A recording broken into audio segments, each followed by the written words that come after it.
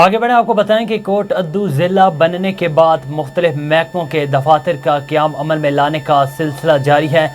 اس حوالے سے سی ای او ایجوکیشن ملک مسعود ندیم نے بھی سی ای او آفس کا باقاعدہ طور پر افتتاح کر دیا۔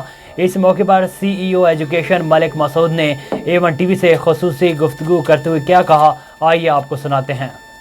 باقی سارے لوگ کوئی جی پی فنڈ کے لیے وہاں پہ جا رہے تھے، کوئی میڈیکل کے لیے جا رہے تھے، کوئی چھٹیوں کے حوالے سے جا رہے تھے، کوئی ریٹائرمنٹ کے نوٹیفیکیشن، پتہ نہیں کتنے ان کے مسائل تھے جو کہ سفر کر کے جاتے تھے۔ اب ان کے مسائل ان کے اپنے ڈسٹرکٹ میں حل ہو جائیں گے۔